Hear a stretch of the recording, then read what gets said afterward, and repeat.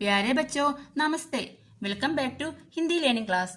Dear students, ഇന്നത്തെ ക്ലാസ്സിൽ നമ്മൾ പഠിക്കാൻ പോകുന്നത് പ്രൊനൗൺസ് ഇൻ ഹിന്ദി അഥവാ സർവനാം. ഹിന്ദിയിലെ സർവനാമങ്ങളെ കുറിച്ചാണ് നമ്മൾ ഇന്നത്തെ ക്ലാസ്സിൽ പഠിക്കാൻ പോകുന്നത്. എന്താണ് സർവനാമങ്ങൾ? സർവനാം എന്നാൽ നമ്മൾ പേരിന്റെ ആവർത്തനം തടയാൻ വേണ്ടി നമ്മൾ ഉപയോഗിച്ച മറ്റൊരു വാക്കാണ് സർവനാമം എന്ന് പറയുന്നത്. ഫോർ എക്സാമ്പിൾ, നീന നീനയുടെ വീട്ടിൽ നിന്ന് നീനയുടെ കൂട്ടുകാരിയുടെ കൂടെ നീന സ്കൂളിലേക്ക് പോയി. ഇവിടെ നമ്മൾ ഒരുപാട് തവണ നീന നീന നീന എന്നിങ്ങനെ പേര് ആവർത്തിച്ച് പറഞ്ഞിട്ടുണ്ട്.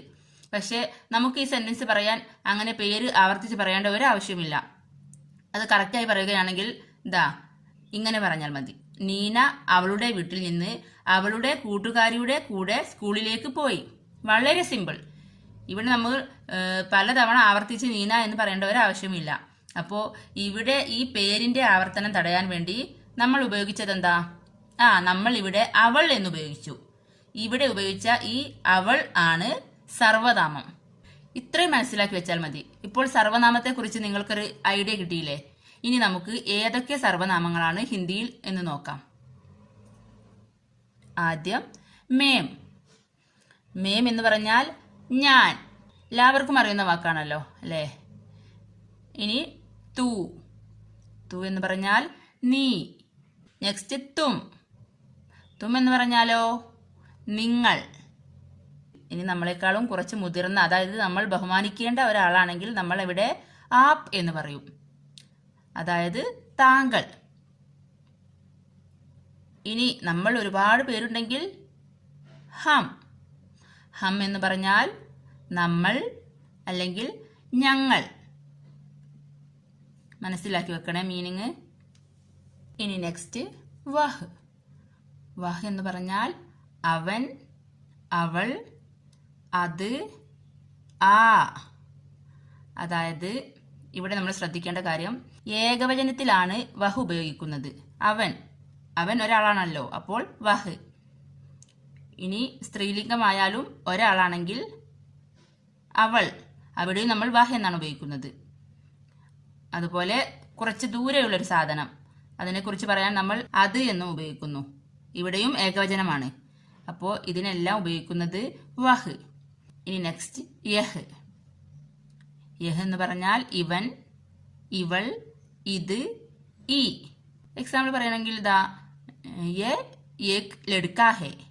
ഇവൻ ഒരു ആൺകുട്ടിയാകുന്നു. യഹ് ഏക് ലഡ്കി ഹേ. ഇവിടെയൊക്കെ നമ്മൾ യഹ് എന്നാണ് ഉപയോഗിക്കുന്നത്. നമ്മൾ അടുത്തുള്ള ഒരാളെ കുറിച്ച് പറയുമ്പോൾ നമ്മൾ യഹ് എന്ന സർവനാമമാണ് ഉപയോഗിക്കുന്നത്. അതുപോലെ ഇത്, ഈ. ഇനി നെക്സ്റ്റ് വേ. വേ എന്നെപ്പോൾ ഉപയോഗിക്കും? വേ എന്ന് നമ്മൾ ബഹുവചനത്തിന്റെ കൂടെയാണ് ഉപയോഗിക്കുന്നത്. അവർ, അദ്ദേഹം, അവ, ആ. ഒന്നിലധികം ആളുകൾ ഉണ്ടെങ്കിൽ അവിടെ നമ്മൾ വേ എന്ന സർവനാമമാണ് ഉപയോഗിക്കുന്നത്. ഇനി കുറച്ച് ബഹുമാനിക്കേണ്ട ഒരാളെ കുറിച്ച് പറയുകയാണെങ്കിൽ നമ്മൾ അവിടെ വേ എന്നാണ് ഉപയോഗിക്കുന്നത്. അതുപോലെ അവ, ആ. നമ്മിൽ നിന്നും കുറച്ചകലെ കുറച്ച് സാധനങ്ങളെ കുറിച്ച് പറയുകയാണെങ്കിൽ വേ, ഇവിടെയും നമ്മൾ വേ ഉപയോഗിക്കുന്നു. ഇനി നെക്സ്റ്റ് യേ. യേ എന്നാൽ ഇവർ, ഇദ്ദേഹം, ഇവ, ഈ.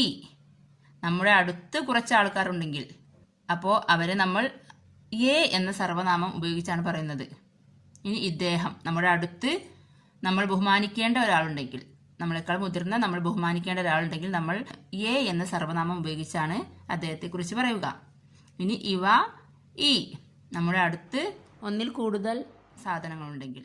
ബഹുവചനമാകുമ്പോൾ യേ, ഏകവചനമാകുമ്പോൾ യഹ്. നെക്സ്റ്റ് കോൻ. കോൻ എന്ന് പറഞ്ഞാൽ ആര്. നെക്സ്റ്റ് വൺ കോയി. കോയി എന്ന് പറഞ്ഞാലോ ആരെങ്കിലും, ഏതെങ്കിലും, എന്തെങ്കിലും. ഇത്രയേ ഉള്ളൂ. കണ്ടില്ലേ? ഹിന്ദി നമുക്ക് പഠിക്കണമെങ്കിൽ ഈ സർവനാമം പഠിക്കൽ അത്യാവശ്യമാണ്. ഏതൊരു സെന്റൻസ് പറയുകയാണെങ്കിലും ഏതെങ്കിലും ഒരു സർവനാമം അതിൽ പലപ്പോഴും വരാറുണ്ട്. അപ്പോൾ മക്കളെല്ലാവരും ഇത് നന്നായിട്ട് പഠിക്കുക, അതിന്റെ മീനിങ്ങും പഠിക്കുക.